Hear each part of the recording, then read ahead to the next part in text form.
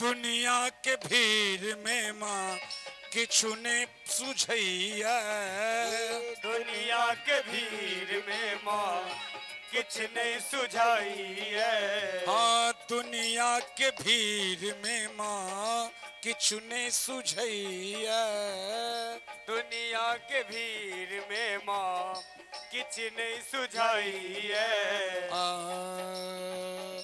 आ तोर मन हमर तोरे तकैया। आ तोर मन हमर तोरे तकैया। रुसबे जो हमरा से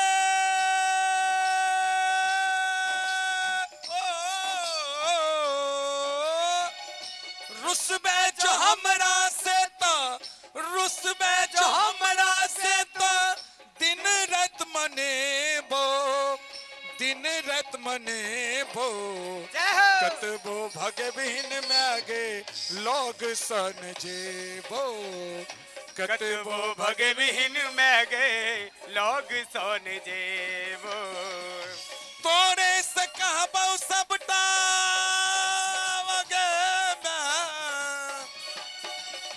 तोरे से कहबो सबटा तोरे सुनेबो तोरे सुनेबो।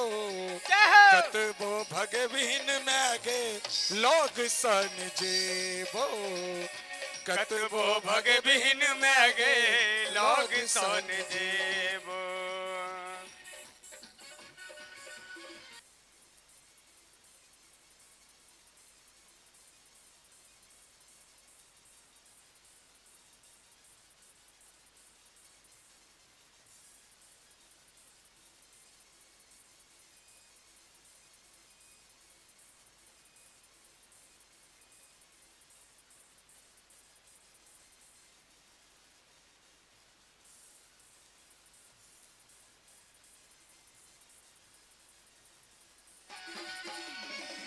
दरभंगियो फूल एगो तोरे चमन के। दरभंगिया फूल एगो तोरे चमन के। ए दरभंगियो फूल एगो तोरे चमन के। दरभंगिया फूल एगो तोरे चमन के। माली तुही छ मैया एही उपवन के। माली तुही छ मैया एही उपवन। हाँ माली तुही छ मैया एही उपवन के। माली तुही छ मैया एही उपवन के। तोरे चरण में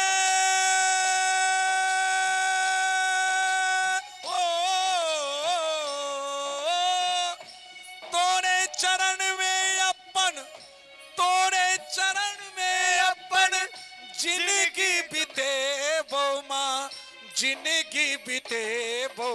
कतबो भगविन मैगे लोग सन जेबो। कतबो भगविन मैगे लोग सोन जेबो।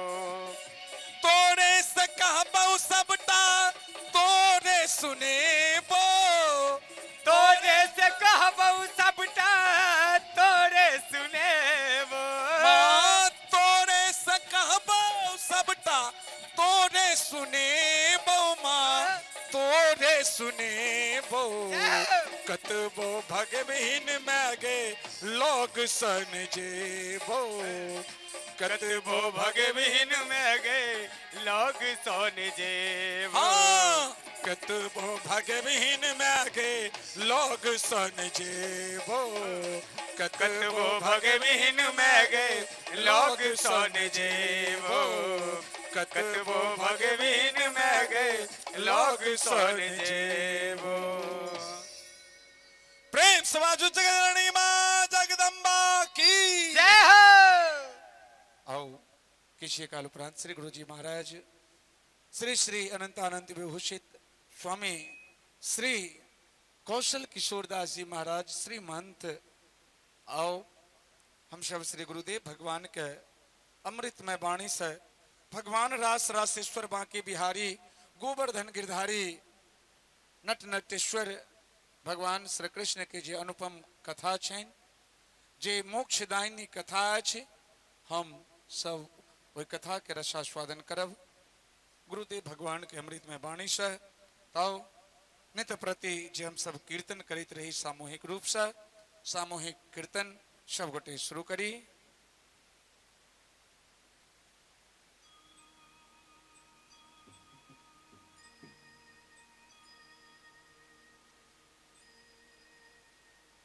श्री कृष्ण गोविंद हरे मुरारे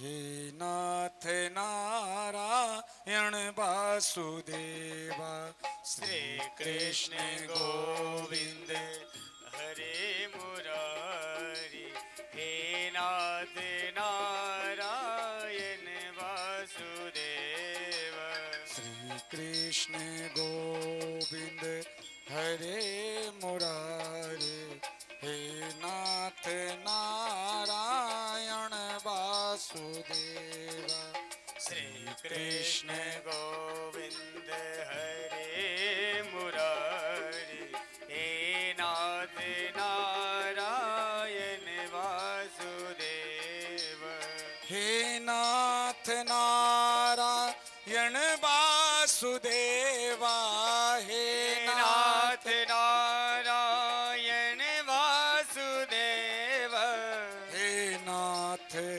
नारायण वासुदेवा हे नाथ नारायण वासुदेव श्री कृष्ण गोविंद हरे मुरारे हे नाथ नारायण वासुदेवा श्री कृष्ण गोविंद हरे मुरारी हे नाथ नारायण वासुदेव गोविंद मेरी यही प्रार्थना है गोविंद मेरी यही प्रार्थना है गोविंद मेरी यही प्रार्थना है गोविंद मेरी यही प्रार्थना है भूलो न मैं नाम कभी तुम्हारा भूलो न मैं नाम कभी तुम्हारा निष्काम हो के सदा भजूं मैं निष्काम हो कि सदा भजू मैं हे नाथ नारायण वासुदेवा श्री कृष्ण गोविंद हरे मुरारी हे नाथ नारायण वासुदेव सच्चे सखा हैं हरि ही हमारे सच्चे सखा है हरि ही हमारे सच्चे सखा हैं हरि ही हमारे सच्चे सखा है हरि ही हमारे माता पिता शील सुबंधु प्यारे माता पिता शील सुबंधु प्यारे भूलो न भाई दिन रात गाओ भूलो न भाई दिन रात गाओ हे नाथ नारायण वासुदेवा श्री कृष्ण गोविंद हरे मुरारी हे नाथ नारायण वासुदेव देहांत काले तुम सामने हो देहांत काल तुम सामने हो देहांत काल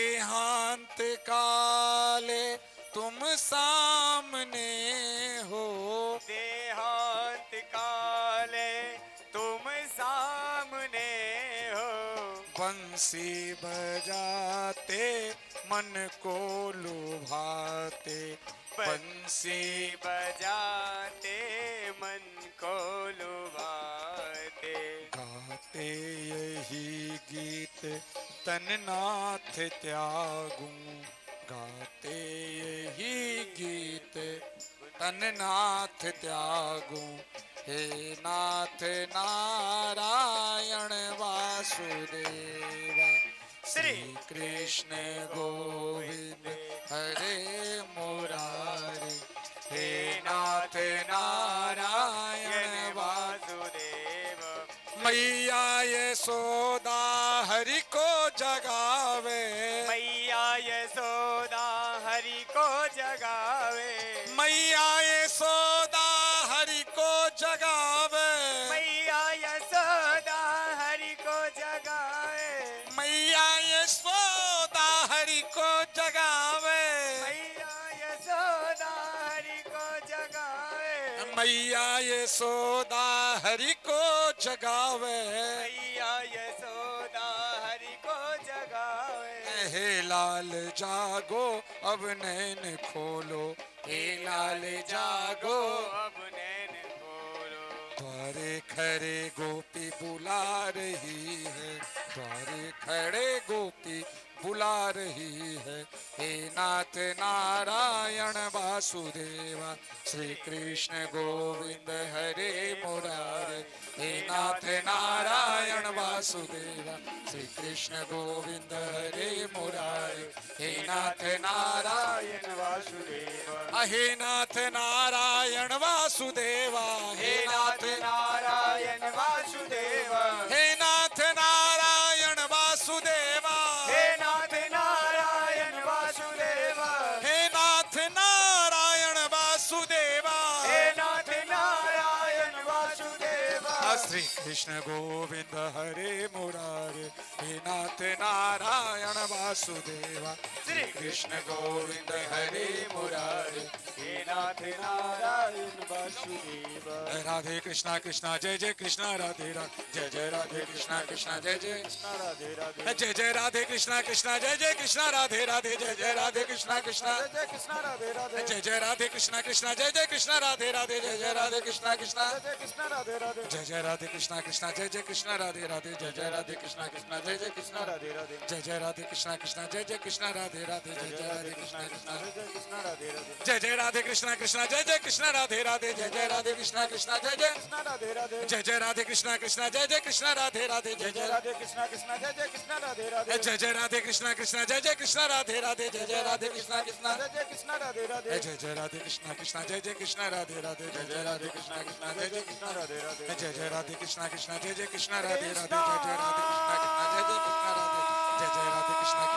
कृष्णा राधे राधे जय जय राधे कृष्णा कृष्णा जय जय कृष्णा हरे राधे कृष्ण जय जय कृष्णा राधे जय जय राधे कृष्णा कृष्णा जय जय कृष्णा राधे हरे जय जय कृष्णा राधे जय जय राधे कृष्णा कृष्णा जय जय हरे जय जय राधे कृष्णा कृष्णा जय जय कृष्णा राधे जय जय राधे कृष्णा कृष्णा जय जय कृष्णा राधे जय जय राधे कृष्णा कृष्णा जय जय कृष्णा राधे हरे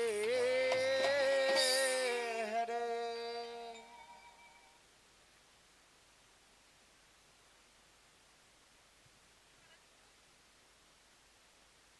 ओम हरि ओम स्वस्ताये स्वस्ति न इंद्रो वृधस्रवाः स्वस्ति नः पूषा विश्ववेदाः स्वस्ति नस्तारक्षु अरिष्टानेमिः स्वस्ति नो बृहस्पतिर्दधातु प्रीखादशवामरुताः प्रश्निमातराः शुभं जावानो विदाथे घोजगमायाः यज्ञनिर्जिह्वा मानवाः सूराचक्षासो विसवेनो देवा अवसागमन्यः भदरं कर्णेभिः शृणोयामदेवा भदरं पश्येमाक्षाभिर्जाजतराः स्थिरैरङ्गैतुष्टवागुंशस्तानो विर्व्यासेमहि देवहितं जरायुः सतमिन्नो सरदु अन्तिरेवा जतरांश्चकरा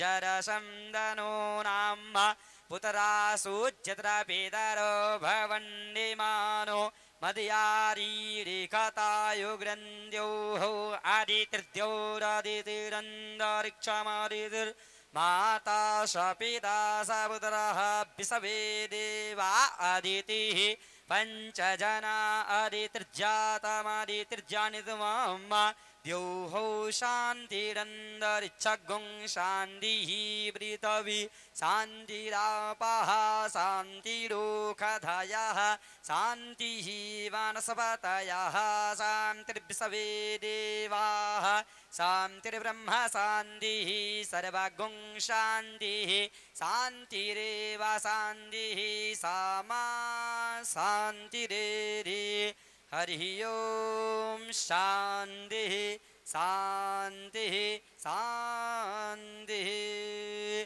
गुरुर्ब्रह्मा गुरुर्विष्णु गुरुर्देवो महेश्वरा गुरुर्साक्षात् परब्रह्मा तस्मै श्री गुरवे नमः अखण्डमण्डलाकारं व्याप्तं येन चराचरं तत्पदं दर्शितं येन तस्मै श्री गुरवे नमः।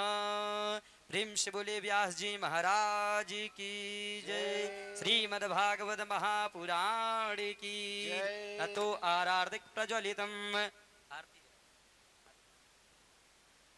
हरिः ओम चन्द्रमा मनसो जातश्चक्षुः सूर्यो अजायत श्रोत्राद्वायुश्च प्राणश्च मुखादग्निरजायत ओम इदग्गुं हविः प्रजननं मे अस्तु रसवीरग्गुं सर्वगणग्गुं स्वस्तये आत्मसने प्रजसने पशुसने लोकसन्न्यभयसने अग्निः प्रजां बहुलां मे करोत्वन्नं पयोरेतु अस्मासु दत्ता ओम आरात्रे पार्थिवग्गुं रजः पितुरप्रायिधामभिः दिवः सदा गुंषि बृहति वितिष्ठसा त्वेघां वर्तते तमः हरिः ओम नमः संभवाय च मयो भवाय च नमः शंकराय च मयस्कराय च नमः